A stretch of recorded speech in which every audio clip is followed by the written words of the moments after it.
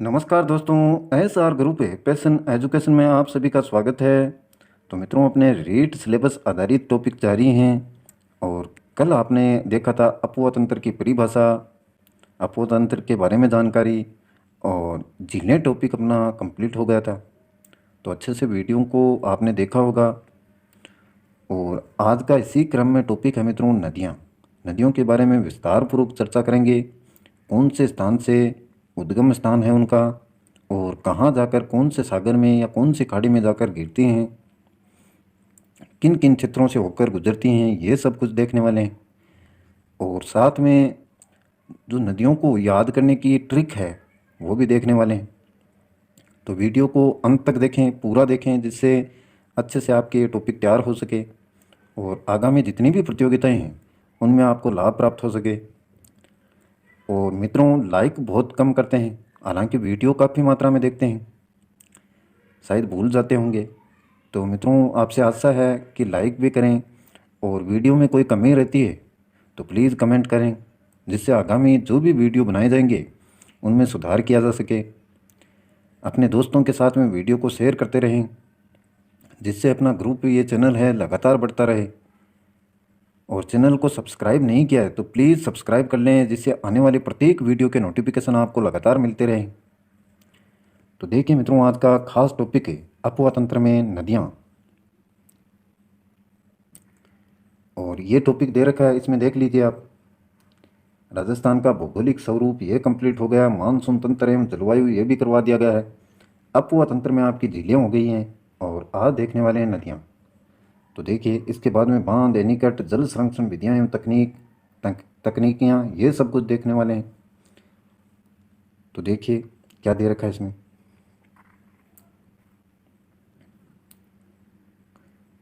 देखिए मित्रों, राजस्थान की नदियाँ, और इसके लिए ट्रिक बनाई गई हैं। इन ट्रिकों को देखिए अच्छे से, जिससे आपके याद हो सकें। बंगाल की जो खाड़ी है उसमें गिरने वाली नदियाँ हैं। बंगाल की खाड़ी में गिरने वाली नदियों के लिए ट्रिक है। ट्रिक देखिए क्या है। बिक्का को बाप बकरी पचा गयो, बिक्का को बाप बकरी पचा गयो, ये ट्रिक है मित्रों। बी से देखिए आपकी बनास नदी बन रही है, और का से आपकी काली सिंध, को से आपकी कावेरी, और बाप में देखिए ब से बाणगंगा, प से आपकी परवन नदी। ये बंगाल की खाड़ी में गिरने वाली नदियां हैं मित्रों। और इसके लिए ट्रिक बनाई गई है, बिक्का को बाप बकरी पचा गयो। अब आगे देखिए, बकरी शब्द है तो बकरी में ब से आपकी बेड़च नदी, क से आपकी है नहीं, इसमें बकरी शब्द है, पूरा शब्द लिया गया है, पूरा शब्द लिया गया मित्रों बेड़च नदी के लिए। और इसके बाद में 50 शब्द है, तो 50 से देखिए, पै से आपकी पार्वती, और चा से आपकी चंबल नदी, और गयो, गयो से आपकी गंभीरी है, गयो से आपकी गंभीरी नदी है। तो ये ट्रिक है मित्रों, जो बंगाल की खाड़ी है उसमें गिरने वाली नदियों के लिए। एक दो बार लिखेंगे इसको अच्छे से तो तैयार हो जाएगी आपके। बिक्का को बाप बकरी पचा गयो, बिक्का को बाप बकरी पचा गयो, बहुत ही आसान ट्रिक है। और एक दो बार लिखेंगे इसको तो फिर अच्छे से तैयार हो जाएगी आपकी, कभी नहीं भूलेंगे इसको। अब देखिए, इसी क्रम में आती हैं आपकी अंतः प्रवाह की नदियाँ। अंतः प्रवाह की नदियाँ, तो इसके लिए भी ट्रिक बनाई गई है। काका रूस गया घर में, काका रूस गया घर में। कई बार रूठ जाते हैं ना मित्रों घर में, तो अपन बोलते हैं उसको अपनी भाषा में, जैसे राजस्थानी भाषा में बोलते हैं उसको रूस गया, यानी नाराज हो गया वो। तो काका रूस गया घर में। तो इसके लिए देखिए कौन कौन सी नदियाँ बन रही हैं, अंतः प्रवाह की नदियाँ हैं ये। का से आपकी कांतली, और दूसरा जो काया दे रखा है, का दे रखा है, उससे काकने। और रूस से देखिए, रूस से बनती है आपकी रूपनगडे, रूपनगडे नदी। और सह से आपकी बनती है साबी नदी। फिर गया शब्द है तो ये साइलेंट है मित्रों, यहाँ पर देखिए गया शब्द साइलेंट है, तो ये साइलेंट रहेगा।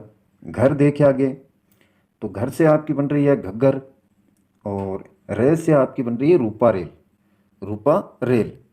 और मे से आपकी बन रही है मेंथा नदी। तो ये नदियां हैं जो अंतः प्रवाह की नदियां हैं मित्रों। अंतः प्रवाह किसे कहते हैं ये टॉपिक के दौरान आपको बताया जाएगा। अंतः प्रवाह की परिभाषा आपको बता दी जाएगी, देखना पूरा टॉपिक।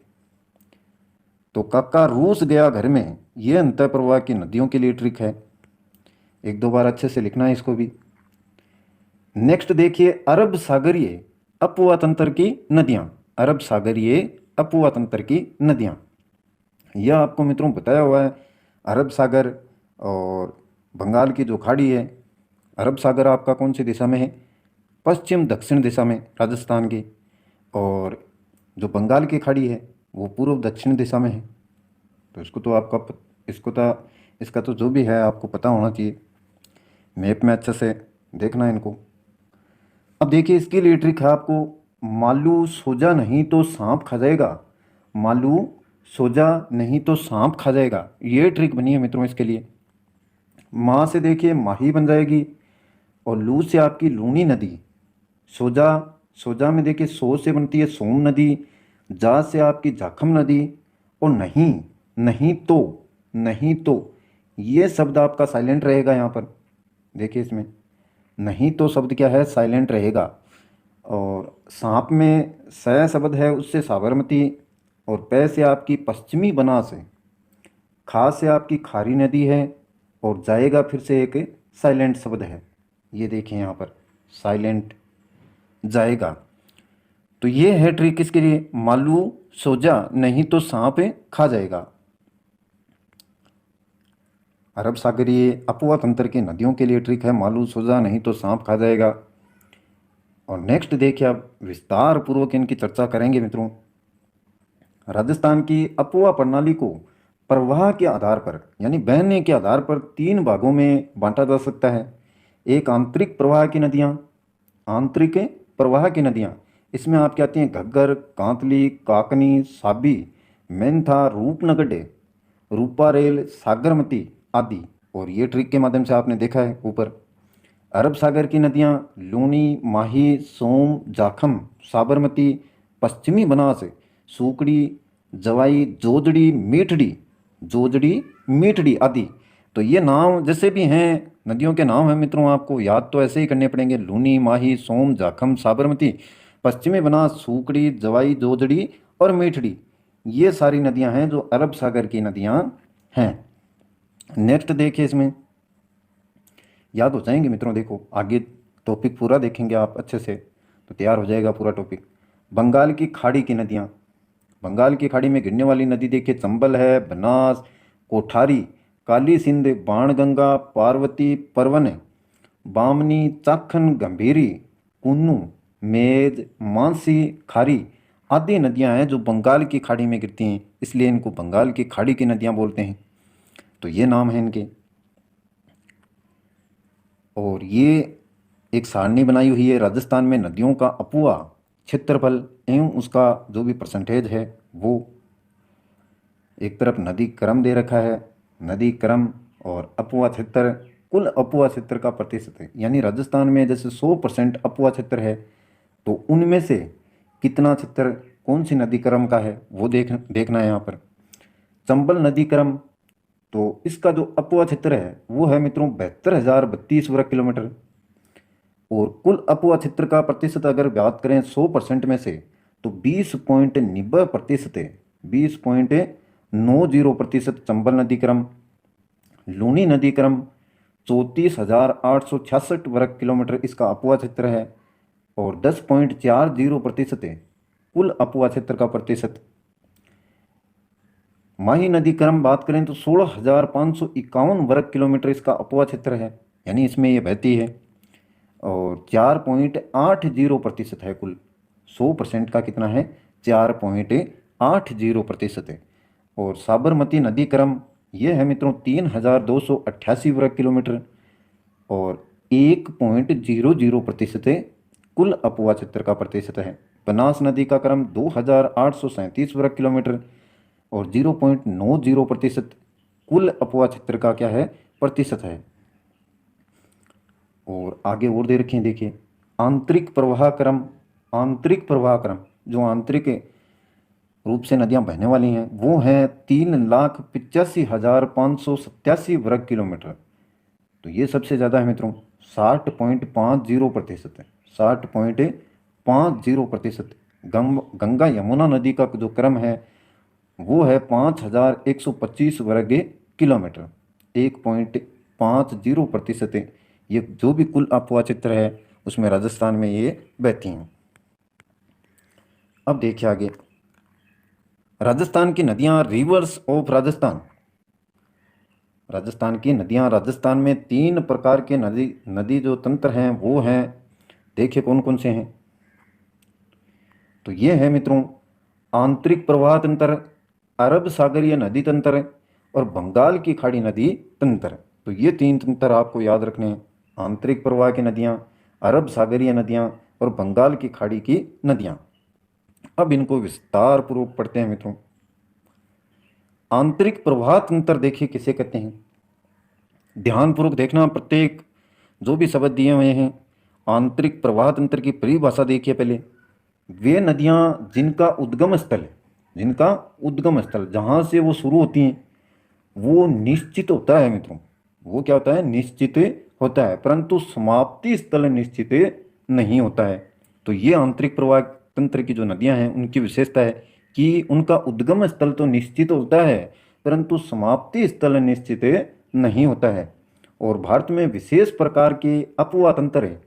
आंतरिक प्रवाह तंत्र का संबंध केवल राजस्थान राज्य से है। भारत में विशेष प्रकार का ये अपवाह तंत्र है, जो आंतरिक प्रवाह तंत्र है, इसका संबंध केवल और केवल किससे है, राजस्थान राज्य से।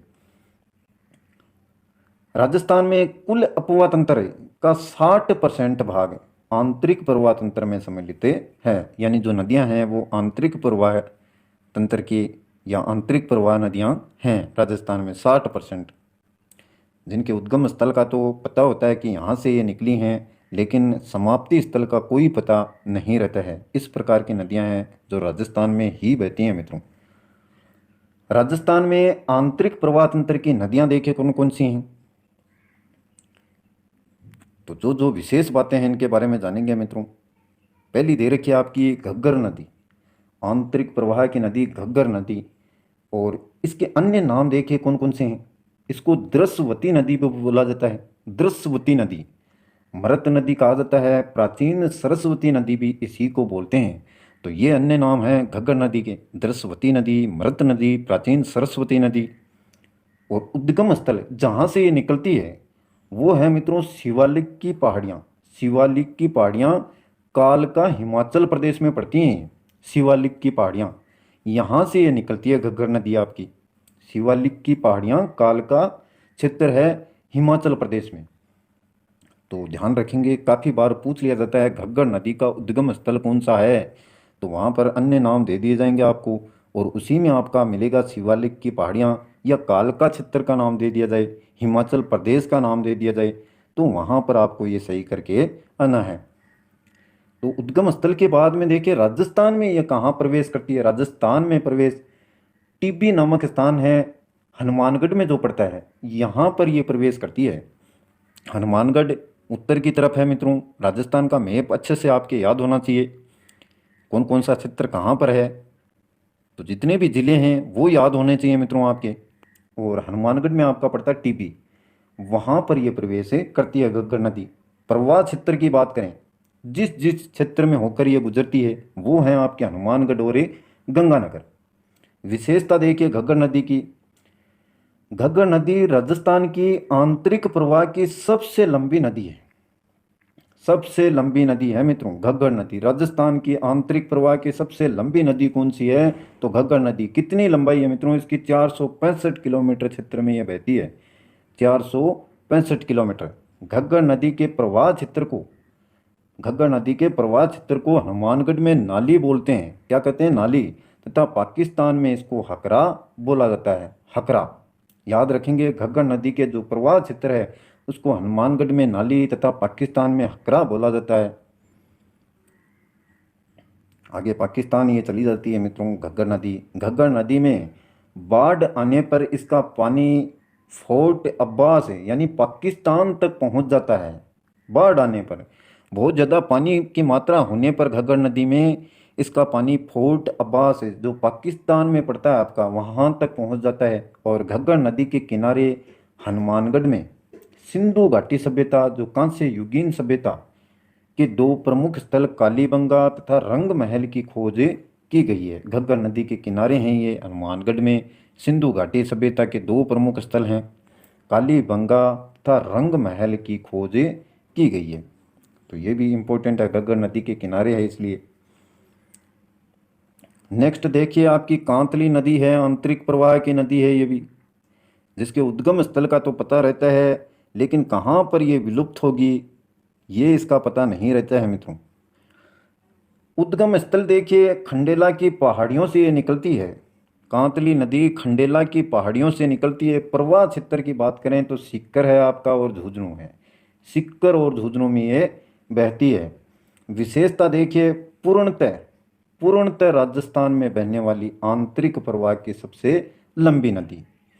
तो यह भी क्वेश्चन बनता है, इंपॉर्टेंट है कि पूर्णतः राजस्थान में बहने वाली आंतरिक प्रवाह की सबसे लंबी नदी कौन सी है, तो वो नदी है आपकी कांतली नदी। और इसकी जो लंबाई है वो है मित्रों 100 किलोमीटर। अन्य कोई राज्य इससे लगता नहीं है, कोई राज्य जुड़ा हुआ नहीं है, राजस्थान से निकलती है और राजस्थान में विलुप्त हो जाती है। खंडेला की पहाड़ियों से निकलती है और शेखावाटी प्रदेश की मुख्य नदी है। शेखावाटी प्रदेश की मुख्य नदी कौन सी है, कांतली नदी। कांतली नदी के प्रवाह क्षेत्र को तोरावटी कहा जाता है। तोरावटी किसे कहते हैं, कांतली नदी के प्रवाह क्षेत्र को तोरावटी कहा जाता है। कांतली नदी के किनारे सीकर में गणेश्वर सभ्यता की खोज कहाँ की गई है, कांतली नदी के किनारे जो सीकर में है वहाँ पर गणेश्वर सभ्यता की खोज की गई है। ये इंपॉर्टेंट क्वेश्चन बनते हैं, वही फैक्ट्स आपके सामने पेश किए गए मित्रों। काकने नदी देखिए, और क्या पढ़ेंगे मित्रों इसमें, आप यही पढ़ते हैं बस, उसमें लाइनें दी हुई हैं, ये उद्गम स्थल है, ये प्रवाह क्षेत्र है, यहाँ से निकलती है, और मैंने उनको क्या क्या शॉर्ट में बना दिया, सिर्फ शॉर्ट में बनाया गया है इनको। जो पढ़ने वाली चीज़ें हैं यही हैं मित्रों। अब काकने नदी देखिए, अन्य नाम इसका है मसूरदी नदी। अन्य नाम कौन सा है, मसूरदी नदी भी इसको बोलते हैं। उद्गम स्थल की बात करें तो कोटड़ी की पहाड़ियाँ जो जैसलमेर में पड़ती हैं आपकी, कोटड़ी की पहाड़ियों से ये निकलती है काकने नदी जैसलमेर से। और प्रवाह क्षेत्र भी कौन सा है, जैसलमेर से निकलती है और जैसलमेर में ही बहती रहती है। विशेषता देखिए इसकी, विशेषता यह है कि राजस्थान की आंतरिक प्रवाह की सबसे छोटी नदी है मित्रों। जैसलमेर में बहेगी, जैसलमेर में ही समाप्त हो जाएगी, तो सबसे छोटी ही होगी मित्रों। याद रखेंगे इसको, काकने नदी को। और भी विशेषता देखिए, काकने नदी जैसलमेर में मीठे पानी की बूझ झील का निर्माण करती है। कौन सी झील का निर्माण करती है, मीठे पानी की बूझ झील का। नेक्स्ट देखिए आपकी आंतरिक प्रवाह की नदी है जिसका नाम है साबी नदी। कौन सी नदी, साबी नदी। उद्गम है सेवर की पहाड़ियाँ जो जयपुर में पड़ती हैं, सेवर की पहाड़ियाँ। प्रवाह क्षेत्र की बात करें तो जयपुर और अलवर में ये बहती है। विशेषता, अलवर जिले की मुख्य नदी है।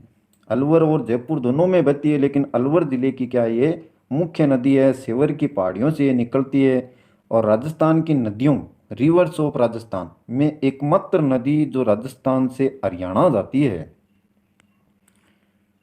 तो कौन सी नदी है ये, साबी नदी। एकमात्र नदी है राजस्थान की नदियों में जो राजस्थान से हरियाणा जाती है, वो है आपकी साबी नदी। याद रखेंगे इसको। अगली आंतरिक प्रवाह की नदी है आपकी रूपा रेल नदी। उपनाम देखे इसके, वराह नदी भी इसको बोलते हैं, लसावरी नदी इसको बोलते हैं, और रूप नारायण नदी भी इसको बोला जाता है मित्रों। रूप नारायण नदी, लसावरी, वराह नदी। तो किसी भी नाम से क्वेश्चन पूछा जा सकता है। उद्गम स्थल उदयनाथ की पहाड़ियाँ। ज़्यादातर नदियाँ इस प्रकार के जो पहाड़ियों से निकलती हैं मित्रों, उदयनाथ की पहाड़ियाँ ये पड़ती हैं अलवर में। और प्रवाह क्षेत्र अलवर और भरतपुर, दो जिलों में ये बहती है, अलवर और भरतपुर में। विशेषता देखिए, रूपा रेल नदी के किनारे भरतपुर में नौ सभ्यता की खोज, नौ है सभ्यता, जो सभ्यता है इनके बारे में डिटेल से आगे पढ़ेंगे, सभ्यताएं कौन कौन सी कहाँ पर हैं। लेकिन इतना याद रखेंगे इसमें, रूपा रेल नदी के किनारे भरतपुर में नौ सभ्यता की खोज की गई है। ऐसे भी क्वेश्चन पूछा जा सकता है, नौ सभ्यता की खोज किस नदी के किनारे की गई है, तो रूपा रेल नदी, और कौन से जिले में, तो भरतपुर। क्वेश्चन कैसे भी पूछ सकते हैं, अगला कोई रोक ठोक नहीं है, टॉपिक होना चाहिए। रूपा रेल नदी पर भरतपुर में मोती झील बांध स्थित है। मोती झील बांध, जिसे लाइफ लाइन ऑफ भरतपुर कहा जाता है। रूपा रेल नदी पर भरतपुर में मोती झील बांध स्थित है, जिसे लाइफ लाइन ऑफ भरतपुर कहा जाता है। भरतपुर की लाइफ लाइन कौन सी है, मोती झील बांध। अब देखिए आंतरिक प्रवाह की एक और नदी रूपनगडे, रूपनगडे नदी, इसका उद्गम स्थल है सलेमाबाद अजमेर। सलेमाबाद अजमेर। प्रवाह क्षेत्र की बात करें तो अजमेर और जयपुर, अजमेर और जयपुर। विशेषता की बात करें तो विशेषता है रूपनगड नदी के किनारे सलेमाबाद जो पड़ता है अजमेर में, निम्बार्क संप्रदाय की प्रमुख पीठ स्थित है। निम्बार्क संप्रदाय की प्रमुख पीठ कहाँ पर स्थित है, सलेमाबाद अजमेर में, रूपनगड नदी के किनारे। मंथा नदी देखिए, नेक्स्ट है आपकी मंथा नदी। यह मंथा नदी है। अन्य नाम मेडा नदी के नाम से इसको जाना जाता है, मंदा नदी भी इसी को बोलते हैं, और मढ़ाई नदी भी इसी को कहा जाता है। मेडा नदी, मंदा नदी, मढ़ाई नदी, यही है आपकी क्या, मंथा नदी। उद्गम की बात करें तो मनोहरपुरा की पहाड़ियाँ जो जयपुर में पड़ती हैं, मनोहरपुरा की पहाड़ियाँ, और प्रवाह क्षेत्र भी क्या है, जयपुर ही है। घग्गर दो आब प्रदेश, घग्गर दो आब प्रदेश देखिए, गंगानगर तथा हनुमानगढ़ में घग्गर एवं सतलज नदियों के मध्य स्थित उपजाऊ क्षेत्र है, जहाँ रेवरीना मृदा का विस्तार है। रेवेरीना मृदा का विस्तार है तथा गेहूं उत्पादक क्षेत्र है। तो ये है घग्गर दो आब प्रदेश, गंगानगर तथा हनुमानगढ़, जहाँ पर घग्गर एवं सतलज नदियों के मध्य स्थित उपजाऊ क्षेत्र, जहाँ रेवेरीना मृदा का विस्तार है तथा गेहूं उत्पादक क्षेत्र है। तो ये तो आंतरिक प्रवाह क्षेत्र की नदियां थी मित्रों। अब देखते हैं अरब सागर नदी तंत्र। और अरब सागर मैप में अगर देखा जाए तो ये जैसे मैप है आपके राजस्थान का, जैसा भी आपको बनाना आता है, इधर आपकी बंगाल की खाड़ी है और इधर आपका अरब सागर है। ये ऊपर की तरफ उत्तर है, ये पूर्व है, और नीचे की तरफ दक्षिण है आपका, और ये पश्चिम। तो पश्चिम और दक्षिण दिशा में तो आपका अरब सागर है, और पूर्व और दक्षिण की बात करें तो ये बंगाल की खाड़ी है, इसको ध्यान में रखेंगे। अब देखिए मित्रों, अरब सागर नदी तंत्र, वे नदियां जो प्रत्यक्ष या अप्रत्यक्ष रूप से अपना जल अरब सागर में ले जाती हैं, अरब सागरीय नदी तंत्र कहलाता है। तो ये तो याद हो जाएगा अच्छे से, ज़्यादा टफ नहीं है परिभाषा कि प्रत्यक्ष हो या अप्रत्यक्ष रूप से, यानी किसी दूसरी नदी में मिला दिया जाए जिसका जल। देखिए प्रत्यक्ष तो इसको कहते हैं जैसे सीधा अरब सागर में चली जाए नदी, और अप्रत्यक्ष रूप से जैसे ये नदी जा रही है, इसमें इसका जल मिल गया तो ये भी वहाँ पर ही पहुँचेगा अरब सागर में। तो इसको तो कहते हैं अप्रत्यक्ष रूप, और ये है प्रत्यक्ष रूप से। तो दोनों को ध्यान में रखेंगे। राजस्थान की नदियों, रिवर ऑफ राजस्थान के कुल अपवाह तंत्र का 16% अरब सागरीय नदी तंत्र है। यानी इतना परसेंट, जितनी भी नदियां बहती हैं उनका 16% पानी है वो अरब सागर में पहुंचता है नदियों के माध्यम से। अरब सागरीय नदी तंत्र की नदियां एस चूरी यानी जवार नद मुख का निर्माण करती हैं, एस चूरी का निर्माण करती हैं। प्रमुख कारण है कम दूरी तथा तीव्र कम, यानी स्पीड ज़्यादा रहती है और दूरी है वो कम तय करती हैं, इसको बोलते हैं एस चूरी। एस चूरी या जवार नद मुख है। नेक्स्ट देखिए, अरब सागरीय नदी तंत्र की जो भी नदियां हैं, कौन कौन सी नदियां गिरती हैं उनके बारे में अच्छे से जान लेते हैं। माई नदी दे रखी है पहली, जो अरब सागर में गिरती है, और इसके अन्य नाम देखिए, आदिवासियों की गंगा इसको बोला जाता है, कंठल की गंगा इसी को कहते हैं, और दक्षिणी राजस्थान की गंगा भी माही नदी को बोला जाता है। ये अन्य नाम आपको ध्यान में रखने हैं, आदिवासियों की गंगा, कंठल की गंगा, दक्षिणी राजस्थान की गंगा। उद्गम क्षेत्र की बात करें तो मेहद झील जो मध्य प्रदेश में आपकी पड़ती है, मध्य प्रदेश में पड़ती है। और मध्य प्रदेश है आपका पश्चिमी और सॉरी दक्षिणी और पूर्वी राजस्थान की तरफ। ये देखिए मैप में देख लीजिएगा, मैप बनाना आना चाहिए मित्रों, जैसा भी बनता है कच्चा चित्र। यहाँ पर आपका क्या है, मध्य प्रदेश है। तो ये पूर्वी क्षेत्र और ये दक्षिणी क्षेत्र, यहाँ पर मध्य प्रदेश है। और मध्य प्रदेश में आपकी मेहद झील है, वहाँ से ये नदी निकलती है और राजस्थान में प्रवेश करती है। खांदू नामक स्थान है, खांदू जो बांसवाड़ा में पड़ती है, वहाँ पर ये प्रवेश करती है राजस्थान में। परवा क्षेत्र देखिए कहाँ कहाँ बहती है राजस्थान में, बांसवाड़ा और डूंगरपुर में आपकी माही नदी बहती है, मध्य प्रदेश से निकलती है। ये इसके अन्य नाम हैं, अच्छे से देखना है इसको, पीडीएफ आपको मिल जाएगी मित्रों। अब देखिए ये बांसवाड़ा डूंगरपुर में तो बहती है, लेकिन समाप्ति स्थल देखिए इसका खंबात की खाड़ी जो गुजरात में पड़ता है। खंबात की खाड़ी कहाँ पड़ती है आपकी, गुजरात में। और गुजरात देखें मित्रों, मैप में देखें राजस्थान का जैसा भी आपको बनाना आता है, ये मध्य प्रदेश यहाँ से निकली और यहाँ से निकल के डूंगरपुर और बांसवाड़ा से होती हुई इधर गुजरात की तरफ ये चली जाती है। यहाँ पर आपका गुजरात है पश्चिमी और दक्षिणी राजस्थान की तरफ। तो यहाँ से ये निकलती है और यहाँ पर ये विलुप्त हो जाती है मित्रों। कुल लंबाई की बात करें तो 576 किलोमीटर है और राजस्थान में लंबाई की बात करें तो 171 किलोमीटर लंबी ये बहती है राजस्थान में। विशेषता देखिए, माही नदी कर्क रेखा को 2 बार काटती है। 2 बार कैसे काटती है मित्रों, एक बार तो जब ये मध्य प्रदेश से राजस्थान में प्रवेश करती है तब, और बांसवाड़ा और डूंगरपुर में बहती हुई फिर गुजरात की तरफ जाती है तब भी ये क्या करती है, जो अपनी कर्क रेखा है, कर्क रेखा आपको पता है बांसवाड़ा के बिल्कुल मध्य से निकलती है और डूंगरपुर है उसके दक्षिणी भाग से ये निकलती है। तो इस प्रकार से ये नदी मध्य प्रदेश से निकलती हुई बांसवाड़ा और डूंगरपुर में बहती हुई गुजरात पहुंचती है और इस बीच में कर्क रेखा को ये नदी 2 बार काटती हुई निकलती है। माही नदी देखिए अब देखिए आगे, माही नदी राजस्थान की एकमात्र नदी है जो दक्षिण से प्रवेश करती है तथा दक्षिण में ही समाप्त होती है। इधर से बहती हुई इधर दक्षिण की तरफ ही समाप्त हो जाती है, आगे उत्तर की तरफ या पूर्व की तरफ ये नहीं जाती है मित्रों। अंग्रेजी के उल्टे यू वर्ण का निर्माण करती है, तो इसको याद रखेंगे। माही नदी राजस्थान की एकमात्र ऐसी नदी है जो दक्षिण से प्रवेश करती है और दक्षिण में ही समाप्त हो जाती है, उल्टे यू, इस प्रकार से। माही नदी बेसिन को प्राचीन काल में, थोड़ा सा देखिए, माही नदी बेसिन को प्राचीन काल में पुष्प प्रदेश का कहा जाता था। माही नदी बेसिन को प्राचीन काल में पुष्प प्रदेश कहा जाता था, इसको भी ध्यान में रखेंगे।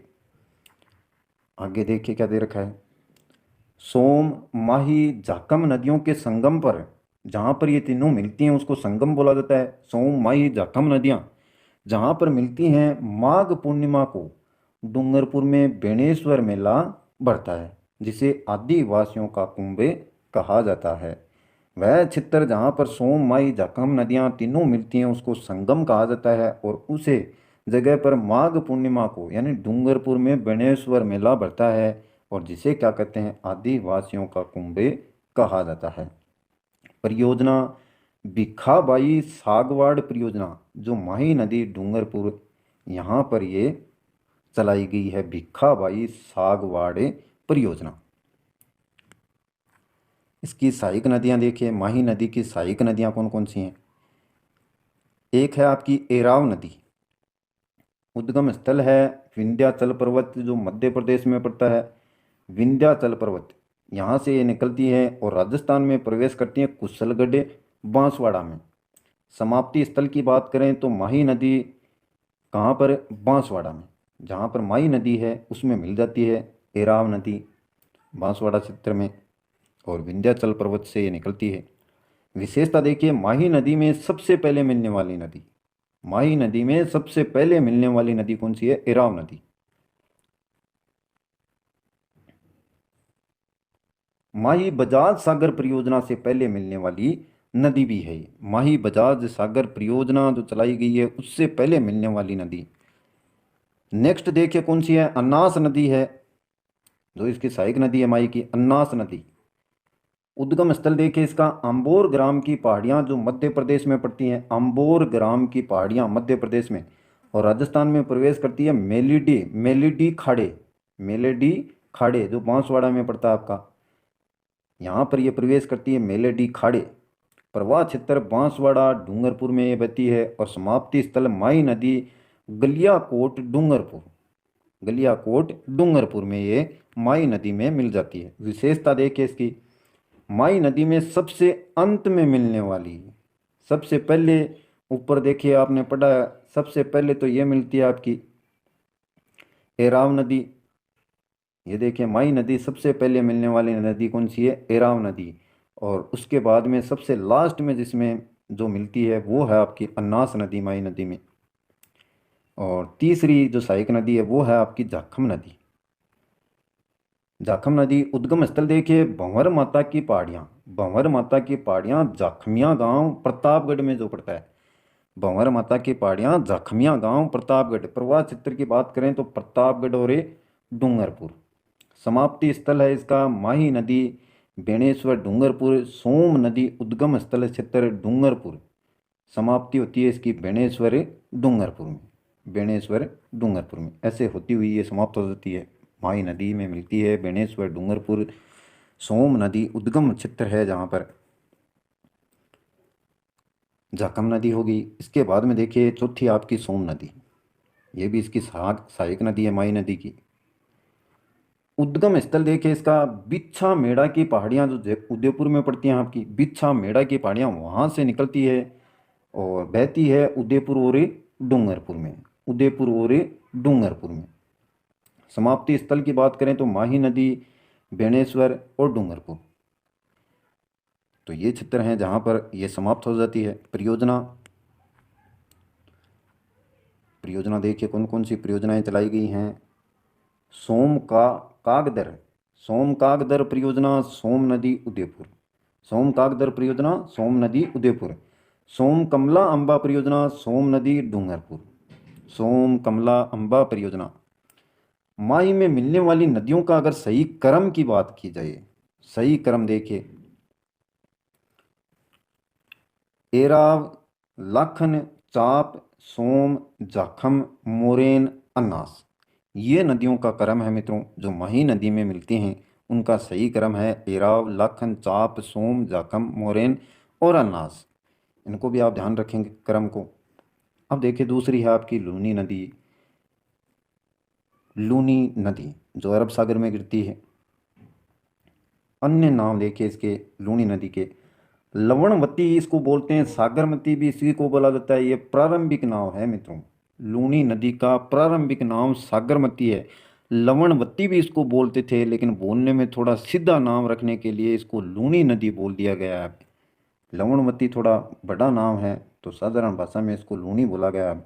अंत सलीला इसको बोलते हैं, कालिदास भी। मरुदवर्था, मरुदवर्था ये वैदिक साहित्य में इसको बोला जाता था। आदि खारी या आदि मीठी नदी भी इसको बोलते हैं। तो ये अन्य नाम हैं, इन नामों से भी प्रश्न पूछा जा सकता है। उद्गम स्थल देखिए, नाग पहाड़ पड़ता है एक, नाग पहाड़ जो अजमेर में पड़ता है, यहाँ से निकलती है मित्रों ये। नाग पहाड़ से कौन सी निकलती है आपकी? लवणवती नदी या सागरमती नदी, मरुदवर्था नदी या आदि खारी आदि मीठी नदी कहाँ से निकलती है? नाग पहाड़ अजमेर से। प्रवाह क्षेत्र की बात करें तो ये बहती है अजमेर, नागौर, पाली, जोधपुर, बाड़मेर और जालौर में बहती है। समाप्ति स्थल है कच्छ का रण गुजरात, कच्छ का रण गुजरात, तो अरब सागर की तरफ जाती है। कुल लंबाई की बात करें तो 356 किलोमीटर एनसीईआरटी बुक के अनुसार, एनसीईआरटी बुक के अनुसार तो कितनी है? 356 किलोमीटर है मित्रों। और 495 किलोमीटर है राजस्थान वाटर रिसोर्स सर्वे के अनुसार, राजस्थान वाटर रिसोर्स सर्वे के अनुसार 495 किलोमीटर है। अब आपको कौन सा ध्यान में रखना है, दोनों ही ध्यान में रखना है मित्रों। राजस्थान में लंबाई की बात करें तो 330 किलोमीटर है। विशेषता देखिए, जो भी दिए हुए हैं, ये दिए हुए हैं मित्रों, जो भी डाटा दिए हुए हैं वो आपके सामने रखे गए हैं, तो सभी ध्यान में रखने हैं आपको। लंबाई, कुल लंबाई 356 किलोमीटर ये एनसीईआरटी के अनुसार है, और 495 किलोमीटर राजस्थान वाटर रिसोर्स जो सर्वे करते हैं उसके अनुसार है। वाटर से संबंधित है, रिसोर्स सर्वे हैं उनके अनुसार 495। और वैसे राजस्थान में लंबाई 330 किलोमीटर इसकी दे रखी है। तो डाटा जितने भी हैं वो रखे गए हैं आपके सामने, आपको याद करने हैं। विशेषता, लूनी नदी थार के मरुस्थल की मुख्य नदी है, जिसके किनारे प्राचीन कांप मृदा का विस्तार है। बांगर क्षेत्र। लूनी नदी के किनारे तिलवाड़ा बाड़मेर में राजस्थान का सबसे प्राचीन पशु मेला मल्लीनाथ पशु मेला आयोजित किया जाता है। किसके किनारे? लूनी नदी के किनारे। कहाँ पर? तिलवाड़ा क्षेत्र बाड़मेर में जो पड़ता है वहाँ पर। और राजस्थान का सबसे प्राचीन पशु मेला कौन सा है? मल्लीनाथ पशु मेला जो आयोजित किया जाता है। सहायक नदियाँ देखिए, लूनी नदी की कौन कौन सी हैं, सब याद करना पड़ेगा मित्रों, पढ़ना तो होगा, क्वेश्चन आएंगे, एक भी आ सकता है, दो भी आ सकते हैं, तीन भी आ सकते हैं। ये टॉपिक जो देता है उस पर डिपेंड है। लीलनी नदी देखिए, लूनी नदी में सबसे पहले मिलने वाली सहायक नदी है लीलनी नदी।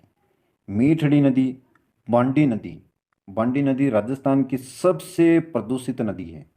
हेमावास बांध, ये बांडी नदी पाली में। जोजरी नदी देखिए, जोजरी नदी लूनी में दाईं ओर से मिलने वाली एकमात्र सहायक नदी जो अरावली से नहीं निकलती है। जोजरी नदी लूनी में दाईं ओर से मिलने वाली एकमात्र सहायक नदी जो अरावली से नहीं निकलती है। सूकड़ी नदी देखिए, जालोर में पड़ता है आपका सूरणगिरी दुर्ग सूकड़ी नदी के किनारे स्थित है। और बांकली बांध, सूकड़ी नदी जालोर में स्थित है। बांकली बांध, सूकड़ी नदी, जालोर। तो ये सहायक नदियां हैं लूनी नदी की। इसके बाद में एक और दे रखी है सागी नदी, लूनी में सबसे अंत में मिलने वाली सहायक नदी, सबसे अंत में सागी नदी। और सबसे पहले लीलनी नदी, लूनी में सबसे पहले मिलने वाली सहायक नदी लीलनी नदी। सबके नाम याद रखने हैं आपको। इसके बाद में दे रखी है आपकी जवाई नदी, ये भी मिलती है लूनी में। लूनी की सबसे लंबी सहायक नदी कौन सी है? जवाई नदी, सबसे लंबी। और जवाई बांध, ये जवाई नदी सुमेरपुर पाली। पश्चिमी राजस्थान का सबसे बड़ा बांध जिसका निर्माण 1946 से 1946 के मध्य अकाल राहत कार्य के दौरान महाराजा उमेद सिंह द्वारा करवाया गया था। अब देखिए कितने क्वेश्चन बनते हैं। पश्चिमी राजस्थान का सबसे बड़ा बांध कौन सा और कब? 1946 से 1956 के मध्य अकाल राहत कार्य के दौरान महाराजा उमेद सिंह द्वारा इसका निर्माण करवाया गया। तो ये याद रखना जवाई बांध के बारे में। अब देखिए, इसे मारवाड़ का अमृत सरोवर भी कहा जाता है। मारवाड़ का अमृत सरोवर है जवाई बांध। जवाई बांध में पानी की आवक बनाए रखने के उद्देश्य से साबरमती की सहायक नदी सेई नदी पर उदयपुर में सेई परियोजना बनाई गई है। पानी की आवक यानी लगातार इसमें पानी आता रहे, इसके लिए साबरमती की जो भी सहायक नदी है सेई नदी पर उदयपुर में सेई परियोजना बनाई गई है। और जवाई की सहायक नदी मथाई के किनारे रणकपुर जैन मंदिर स्थित है। इस जो मथाई नदी है ये जवाई की सहायक नदी है और इसके किनारे आपका रणकपुर जैन मंदिर स्थित है। नेक्स्ट देखिए मित्रों, जवाई में खारी नदी के मिलने के पश्चात जवाई को सायला, जालोर के बाद सूकड़ी सेकंड कहा जाता है। तो जवाई को सायला के बाद सूकड़ी सेकंड कहा जाता है। कहाँ? खारी नदी के मिलने के पश्चात। तो ये भी याद रखेंगे। तीसरा पॉइंट देखिए, पश्चिमी बनास नदी। तो ये भी अरब सागर में गिरने वाली नदी है आपकी पश्चिमी बनास नदी। उद्गम स्थल की बात करें तो नया सनवाड़ जो सिरोही में पड़ता है वहाँ से निकलती है और प्रवाह क्षेत्र आपका सिरोही है। सिरोही में बहती है मित्रों। समाप्ति स्थल है कच्छ की खाड़ी गुजरात। कच्छ की खाड़ी गुजरात। विशेषता देखिए, गुजरात का डीसा शहर है। गुजरात का डीसा शहर पश्चिमी बनास नदी के किनारे स्थित है। ये इसकी विशेषता है। बनास नदी के किनारे कौन सा शहर स्थित है? गुजरात का डीसा शहर। परियोजना पश्चिमी बनास परियोजना, पश्चिमी बनास नदी सिरोही। और अगली नदी आपकी साबरमती नदी। ये निकलती है मित्रों अरावली की पहाड़ियों से, उदयपुर में बहती है और समाप्ति समाप्ति जो स्थल है वो खंबात की खाड़ी गुजरात। यहाँ पर ये समाप्त हो जाती है। विशेषता, साबरमती नदी राजस्थान से निकलती है परंतु राजस्थान में नहीं बहती है। राजस्थान में नहीं बहती है, यानी न्यूनतम प्रवाह क्षेत्र है, थोड़ा सी क्षेत्र के लिए बहती है 28 किलोमीटर और राजस्थान से निकलती है मित्रों। गुजरात को इसका फायदा मिलता है, खंबात की खाड़ी में गिरती है। परियोजना देखिए कौन कौन सी परियोजनाएं हैं। सेई परियोजना, सेई नदी उदयपुर। मानसी वाकल परियोजना, मानसी वाकल नदी उदयपुर। देवास जल सुरंग उदयपुर, राजस्थान की सबसे लंबी जल सुरंग। राजस्थान की सबसे लंबी जल सुरंग देवास जल सुरंग 11.2 किलोमीटर। अब देखिए बंगाल की खाड़ी में गिरने वाली नदियां। बंगाल की खाड़ी नदी तंत्र, दो अपन ने पढ़ लिए हैं, अपवा तंत्र की नदियां और अरब सागर में गिरने वाली नदियां। अब तीसरा देखते हैं बंगाल की खाड़ी में गिरने वाली नदियां। वे नदियां जो अपना जल प्रत्यक्ष या अप्रत्यक्ष रूप से बंगाल की खाड़ी में ले जाती हैं, वो कहलाता है आपका बंगाल की खाड़ी नदी तंत्र। और इसमें पहली नदी आपकी दे रखी है बाणगंगा नदी। बाणगंगा नदी। अन्य नाम देखिए इसके बाणगंगा नदी के कौन कौन से हैं। अन्य नाम है अर्जुन की गंगा, इसी को कहते हैं। रुंडित नदी भी कहा जाता है। अर्जुन की गंगा, रुंडित नदी। उद्गम स्थल की बात करें तो ये निकलती है आपकी बैराट की पहाड़ियां जो जयपुर में हैं वहां से निकलती है। और प्रवाह क्षेत्र है आपका जयपुर, दौसा, भरतपुर। जो जयपुर, दौसा और ये भरतपुर। समाप्ति स्थल देखिए मित्रों, यमुना नदी आगरा। उत्तर प्रदेश में ये समाप्त होती है जाकर के, यमुना नदी आगरा। परियोजना अजान बांध बाणगंगा या गंभीरी नदी भरतपुर।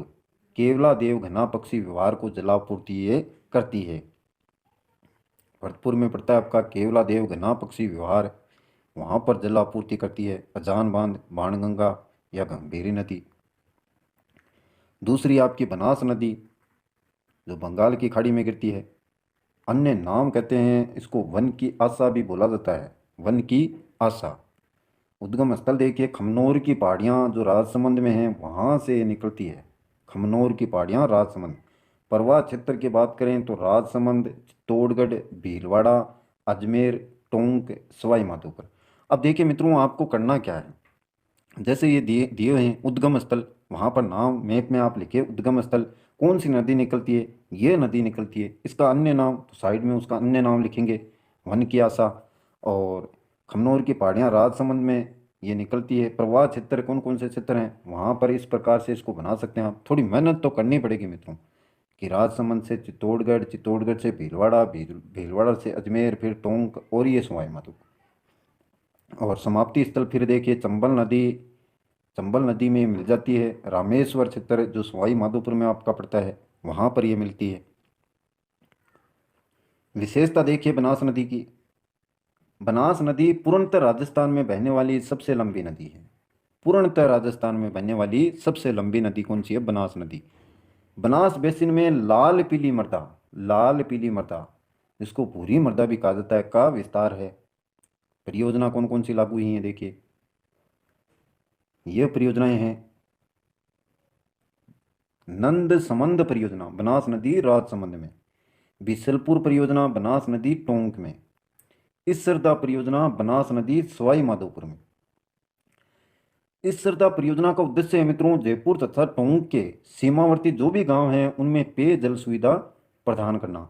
इस सरदा परियोजना का उद्देश्य क्या है? जयपुर और टोंक में जितने भी गांव आते हैं उसकी सीमा से लगने वाले गांवों में पेयजल यानी पीने योग्य जो जल है उसकी सुविधा प्रदान करना, ये इस सरदा परियोजना का उद्देश्य है।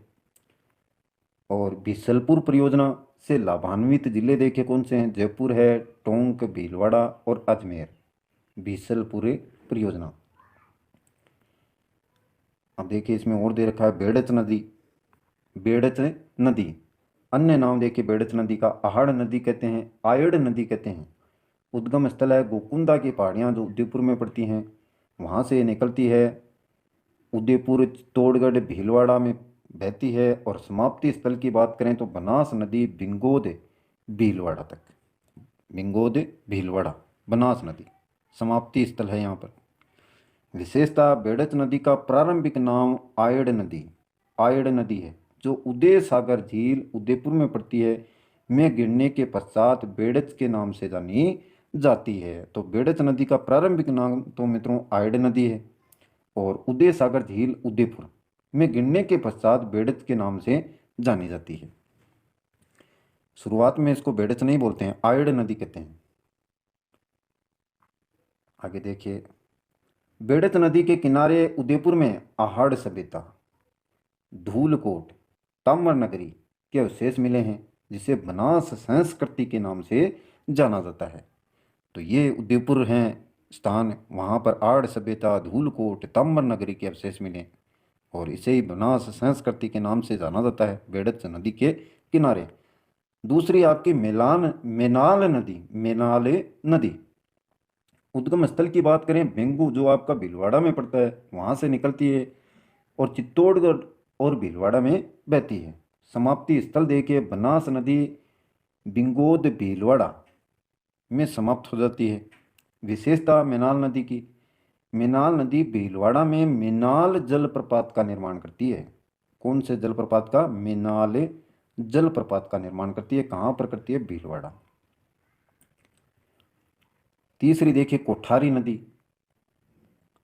उद्गम स्थल है दिवेर की पहाड़ियाँ, राजसमंद। दिवेर की पहाड़ियाँ राजसमंद। प्रवाह क्षेत्र है राजसमंद भीलवाड़ा में और समाप्ति स्थल है बनास नदी नंदराय भीलवाड़ा में। ये समाप्त हो जाती है, बनास नदी में मिल जाती है आपकी कोठारी नदी। बनास नदी की सहायक नदियाँ तो मिलेंगी किसमें? बनास नदी में ही मिलेंगी मित्रों। विशेषता देखिए कोठारी नदी के किनारे भीलवाड़ा में, कोठारी नदी के किनारे भीलवाड़ा में बागोर सभ्यता की खोज की गई है जहां से भारत में प्राचीनतम मध्य पाषाणकालीन पशुपालन के अवशेष मिले। यह विशेषता है, कोठारी नदी के किनारे भीलवाड़ा में बागोर सभ्यता की खोज की गई है। परियोजना देखिए मेजा बांध कोठारी नदी भीलवाड़ा। मेजा बांध कहाँ पर? कोठारी नदी के पास भीलवाड़ा। चौथी आपकी खारी नदी। उद्गम स्थल है विजराल ग्राम की पहाड़ियाँ जो राजस्थान राजसमंद में पड़ती हैं, वहाँ से निकलती है। प्रवाह चित्तर राजसमंद, भीलवाड़ा, अजमेर और टोंक में यह बहती है।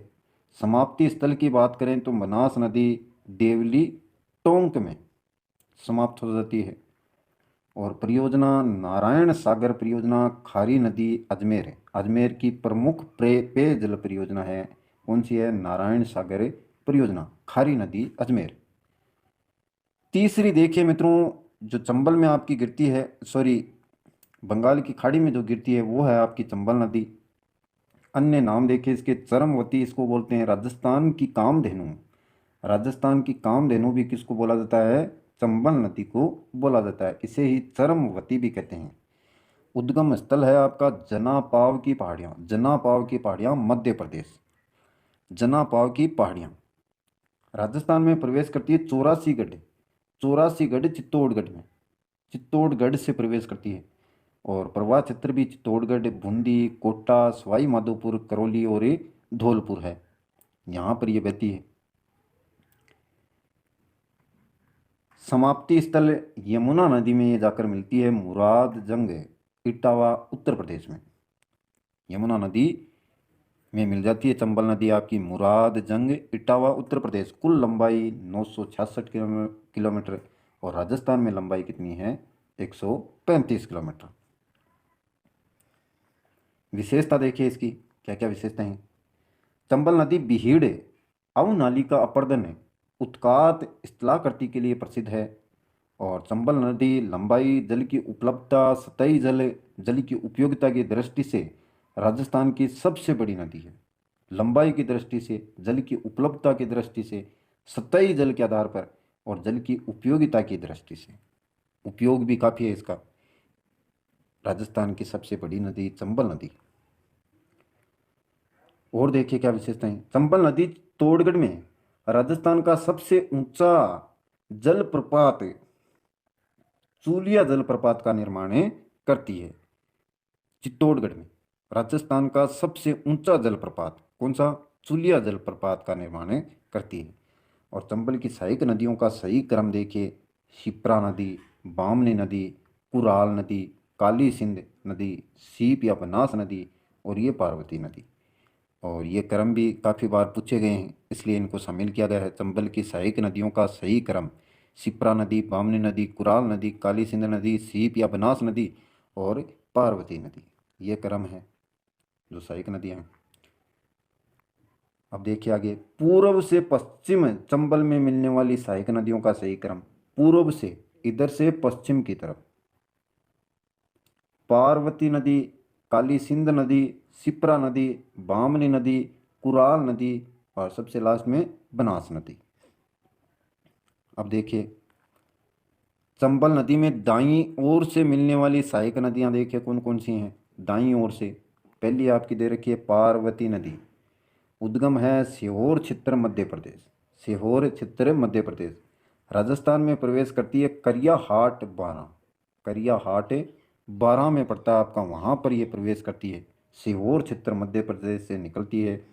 और प्रवाह क्षेत्र 12 कोटा सवाई माधोपुर। समाप्ति स्थल की बात करें तो चंबल नदी पलिया ग्राम सवाई माधोपुर में समाप्त हो जाती है। चंबल नदी में मिलती है जाकर के पार्वती नदी आपकी पलिया ग्राम सवाई माधोपुर। विशेषता देखिए इसकी। पार्वती नदी राजस्थान तथा मध्य प्रदेश की 2 बार सीमा का निर्धारण करती है। राजस्थान तथा मध्य प्रदेश की 2 बार सीमा का निर्धारण करने वाली नदी कौन सी है? पार्वती नदी है। दूसरा काली सिंध नदी देखिए। काली सिंध नदी जो सहायक नदी है चंबल की, बागली ग्राम की पहाड़ियाँ मध्य प्रदेश से निकलती है। बिंदा झालावाड़ क्षेत्र है, बिंदा झालावाड़, जहाँ से राजस्थान में प्रवेश करती है। और झालावाड़ कोटा में ये राजस्थान में बहती है। समाप्ति स्थल की बात करें तो चंबल नदी में मिल जाती है नानेरा। नानेरा ननियाल नहीं है मित्रों, ये कोटा में एक स्थान है नानेरा, वहाँ पर ये काली सिंध नदी आपकी समाप्त हो जाती है। चंबल में मिल जाती है नानेरा। परियोजना देखिए कौन कौन सी परियोजना लागू हुई हैं। हरीशचंद्र सागर परियोजना काली सिंध नदी कोटा। हरीशचंद्र सागर परियोजना। गागरीन परियोजना काली सिंध नदी झालावाड़। काली सिंध नदी झालावाड़। और तीसरी आपकी परवन नदी, ये चंबल की सहायक नदी है। उद्गम स्थल मालवा का पठार मध्य प्रदेश। राजस्थान में प्रवेश करती है खेड़ी बारे झालावाड़ से। खेड़ी बारे नामक स्थान झालावाड़ में पड़ता है, वहाँ पर राजस्थान में प्रवेश करती है। और प्रवाह क्षेत्र की बात करें तो झालावाड़ 12 कोटा। झालावाड़ 12 कोटा में बहती है। और समाप्ति स्थल आपका काली सिंध नदी रायपुर कोटा। परवन नदी। परियोजना देखिए कौन कौन सी लागू हुई हैं। भीम सागर परियोजना परवन नदी झालावाड़ में। परवन परियोजना परवन नदी 12 में। दो दो परियोजना है। भीम सागर तो है आपकी झालावाड़ में, परवन परियोजना है 12 में। अब चौथी देखिए आहू नदी। आहू नदी उद्गम स्थल सूसनेर मध्य प्रदेश। राजस्थान में प्रवेश करती है नंदपुर झालावाड़। नंदपुर झालावाड़। और समाप्ति स्थल है काली सिंध नदी गागरोन झालावाड़ में। काली सिंध नदी गागरोन झालावाड़।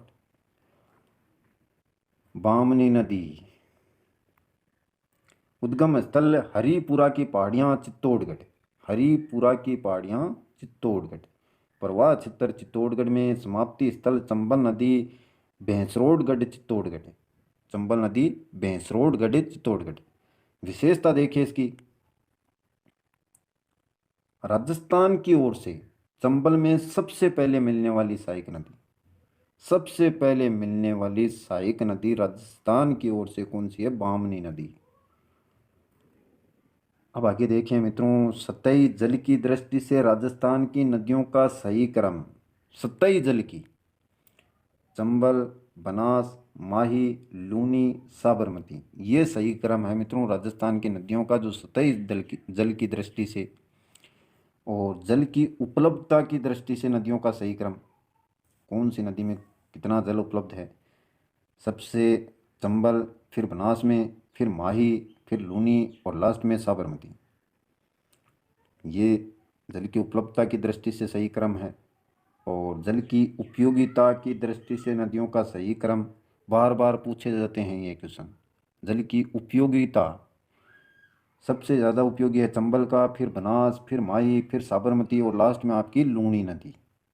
ये जल की उपयोगिता की दृष्टि से नदियों का सही क्रम है। राजस्थान में जल ग्रहण की दृष्टि से नदियों का सही क्रम। राजस्थान में जल ग्रहण की दृष्टि से जल ग्रहण किया जाता है। बनास सबसे ज़्यादा किस नदी का, बनास, फिर लूनी, फिर चंबल और फिर माही नदी। अब देखिए राजस्थान में जलप्रपात कौन कौन से हैं। चूलिया जलप्रपात चंबल नदी के और चित्तौड़गढ़ में। मेनाल जलप्रपात स्थित है आपका मेनाल नदी भीलवाड़ा में। भीमताल जलप्रपात मांगली नदी बूंदी में। तो ये जलप्रपात हैं राजस्थान में, चूलिया जलप्रपात, मेनाल जलप्रपात, भीमताल जलप्रपात। तो अच्छे से याद करना है इनको, पीडीएफ ले लेना मित्रों इसकी। राजस्थान में त्रिवेणी संगम देखिए, जहाँ पर नदियाँ मिलती हैं आपस में, तीन नदियाँ आपस में मिलती हैं, उसको त्रिवेणी संगम बोला जाता है। तो सोम, माई, जाखम जहाँ पर मिलती हैं वो संगम है आपका डूंगरपुर। कौन सा है, डूंगरपुर। बनास, बेड़च और मेनाल नदियाँ जहाँ पर मिलती हैं वो है भीलवाड़ा। बनास, खारी, डाई मिलती हैं वहाँ पर टोंक में।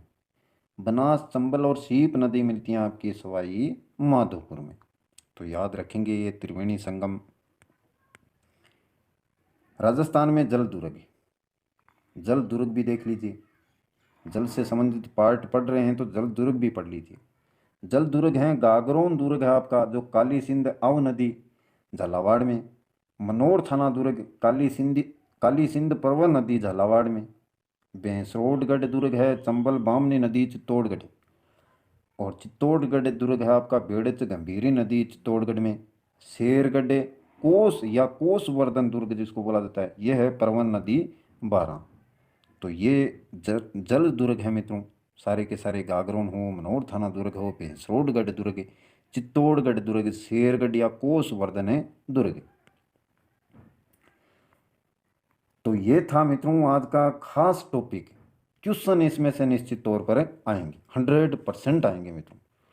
और वीडियो अगर अच्छा लगे तो लाइक करना मित्रों, अपने मित्रों के साथ में शेयर कर दिया करो और सब्सक्राइब वाला बटन दबा दिया करो मित्रों, लाल मत रहने दिया करो उसको। लाल है तो उसको दबा दो सब्सक्राइब को, जिससे आप हमारे साथ में अच्छे से जुड़ जाएं। और जब आप उसको दबाएंगे तो पास में बेल आइकन दिया हुआ है, घंटी सी बनी हुई है एक, उसको दबाएंगे तो वहाँ पर ऊपर की तरफ आल ऑप्शन आएगा। आल ऑप्शन को दबा देंगे आप, तो जितने भी वीडियो अपलोड होंगे हमारे द्वारा तो उनके नोटिफिकेशन आपके पास में प्रत्येक के पहुँच जाएंगे। तो पहुँचेंगे तो आपको फ़ायदा मिलेगा, इसलिए दबा दीजिएगा मित्रों उसको। इससे हमें कुछ नहीं मिलता है लेकिन आपको बहुत कुछ मिलेगा, आपको बहुत कुछ मिलेगा मित्रों। हमारे जितने भी टॉपिक हैं आप देख पाएंगे अच्छे से और आने वाली प्रतियोगिताओं में अच्छे अंक हासिल कर पाएंगे।